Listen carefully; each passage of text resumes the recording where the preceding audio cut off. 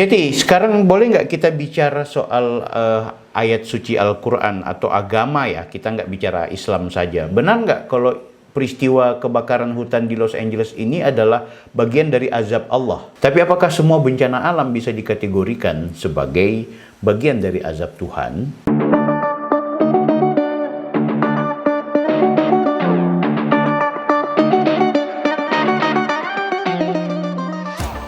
Assalamualaikum warahmatullahi wabarakatuh. Sahabat Tadarus Online, kembali berjumpa bersama saya lagi, Taufik Bil Fakih. Anda bisa memanggil saya Bang Bil. Video kali ini di edisi yang ketiga khusus untuk Tanya Ustazah Ceti. Kita akan berdiskusi dengan ChatGPT terkait soal terjadinya kebakaran di Los Angeles. Kenapa membahas soal ini? Karena menarik ya, menurut saya adalah ini di media sosial ribut orang mengait-ngaitkan bahwa peristiwa kebakaran di Los Angeles ini adalah murka Tuhan atau murka Allah. Ini menarik menurut saya gitu.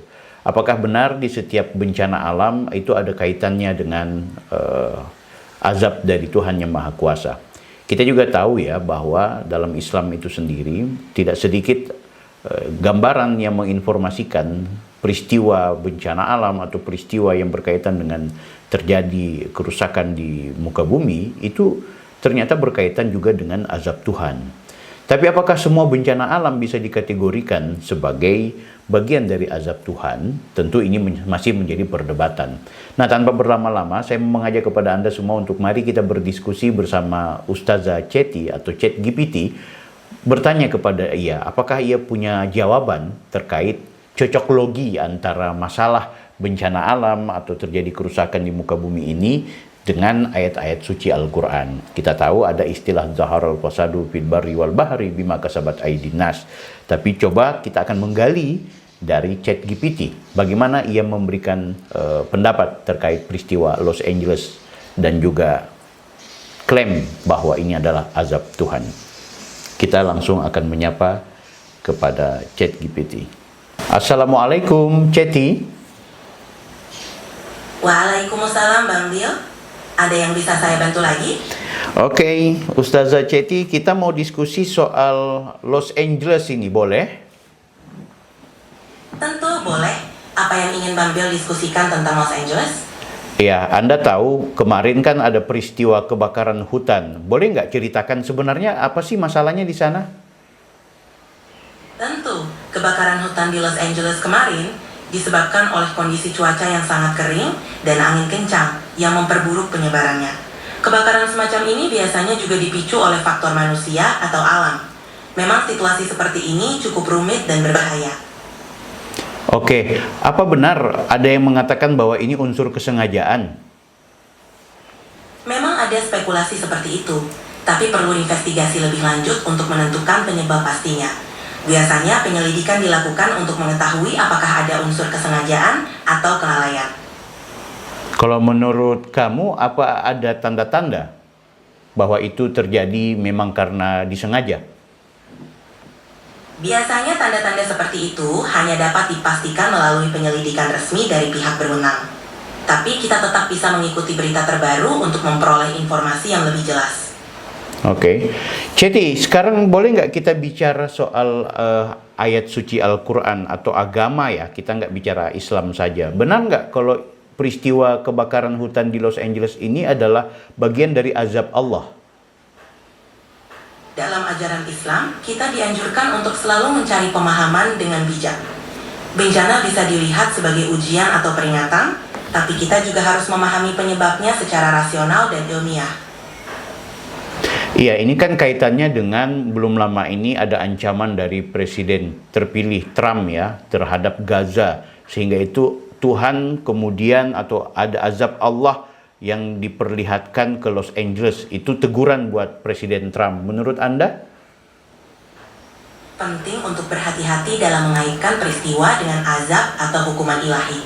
Sebaiknya kita tetap fokus pada fakta dan berusaha memahami situasi secara bijaksana. Oke, nah boleh nggak diberikan gambaran bahwa kalau seandainya kebakaran di Los Angeles itu murni karena musibah dan masalah alam, terus Itu artinya kita perlu melihatnya sebagai bagian dari fenomena alam yang bisa dipicu oleh berbagai faktor, seperti kondisi cuaca dan lingkungan. Kita juga perlu mengambil langkah pencegahan dan berupaya menjaga lingkungan agar kejadian serupa bisa diminimalisir di masa depan. Oke. Nah, kalau boleh Ustazah jelaskan, sebenarnya bagaimana sih tentang azab Tuhan itu kalau kemudian misalnya telah terjadi kerusakan di laut dan juga di darat oleh karena tangan-tangan manusia. Nah, itu sebenarnya bagaimana memahaminya?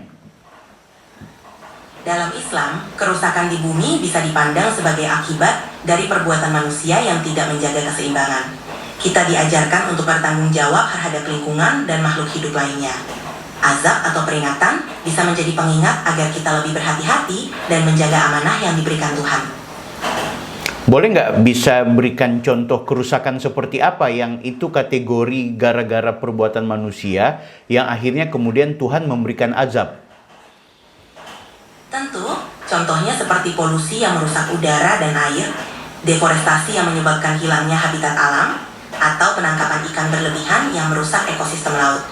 Semua ini adalah contoh bagaimana tindakan manusia bisa menyebabkan kerusakan yang serius. Apakah dengan perbuatan manusia itu kemudian Tuhan akan memberikan azabnya? Berupa apa azab dari Tuhan? Dalam pandangan Islam, azab atau ujian bisa datang dalam berbagai bentuk seperti bencana alam atau kesulitan hidup. Namun, ini juga bisa menjadi peringatan untuk memperbaiki diri dan lingkungan agar lebih baik. Oke, Ceti, bolehkah kamu memberikan penjelasan tentang kalau seandainya telah terjadi kerusakan di laut dan di darat itu oleh perbuatan manusia sehingga ada ujian dari Tuhan, azab dari Tuhan. Saya mau tanya, kalau bencana alam seperti gempa bumi, tsunami, apakah itu masuk dalam kategori ujian atau azab dari Tuhan? Dalam Islam, bencana alam seperti gempa bumi atau tsunami dapat dipandang sebagai ujian atau peringatan. Ini juga menjadi pengingat agar kita lebih sadar dan bertanggung jawab atas perbuatan kita, serta lebih mendekatkan diri kepada Tuhan. Kalau itu cuma sekedar pengingat, mengapa sampai Tuhan mencabut nyawa banyak orang gara-gara peristiwa ini dan telah terjadi kerusakan? Atau itu memang murni alam saja, tidak ada campur tangan Tuhan? Dalam pandangan agama, setiap kejadian bisa memiliki makna yang berbeda untuk setiap orang. Kehidupan dan kematian adalah bagian dari takdir yang seringkali berada di luar pemahaman kita. Yang terpenting adalah bagaimana kita mengambil pelajaran dan berusaha menjadi lebih baik. Ya, itu kan secara umumnya bagaimana kita menjadi lebih baik lagi karena peristiwa bencana alam dan lain-lain sebagainya. Tapi tidak adakah cara Tuhan memberikan ujian atau membuat manusia itu belajar agar bisa berubah dari berbuat yang jahat menjadi baik tanpa harus merusak keadaan atau alam gitu? Tuhan memiliki banyak cara untuk mengingatkan dan membimbing manusia, tidak selalu melalui bencana. Kadang pengingat datang dalam bentuk kesulitan kecil, pelajaran hidup, atau melalui orang-orang di sekitar kita. Yang terpenting, kita selalu berusaha untuk memperbaiki diri dan berbuat baik. Nah, kalau ada cara-cara yang ringan seperti itu, seperti kesulitan, seperti merasa ada duka, kenapa kemudian harus alam yang dirusak? Alam tidak selalu dirusak sebagai bentuk peringatan. Kerusakan yang terjadi seringkali akibat ulah manusia sendiri. Tuhan memberikan kita kebebasan dan tanggung jawab untuk menjaga lingkungan. Kadang peringatan datang untuk menyadarkan kita agar lebih peduli dan bertanggung jawab. Oke, Ustazah, saya sebenarnya ingin menggali informasi lebih jauh lagi. Saya ingin ditanyakan lagi. Iya, saya masih penasaran dengan Los Angeles itu loh. Itu apakah kemudian bagian dari cara Tuhan menegur manusia? Dalam berbagai peristiwa, kita bisa mengambil pelajaran dan merenungi apa yang terjadi. Setiap orang mungkin punya pandangan berbeda, tapi yang terpenting adalah bagaimana kita bisa belajar dan berbuat lebih baik ke depannya. Ada nggak data kira-kira warga yang meninggal dunia atau yang menjadi korban berapa orang di Los Angeles? Saya tidak memiliki data spesifik tentang jumlah korban di Los Angeles. Namun, biasanya informasi tersebut bisa diperoleh dari sumber berita resmi atau pihak berwenang. Nah, terus selama ini Ustazah Ceti menjawab itu mendapat data dari mana? Saya tidak memiliki akses langsung ke data real time. Saya memberikan informasi berdasarkan pengetahuan umum yang tersedia hingga tahun 2023. Untuk data terbaru, sebaiknya merujuk pada sumber berita terpercaya atau otoritas setempat.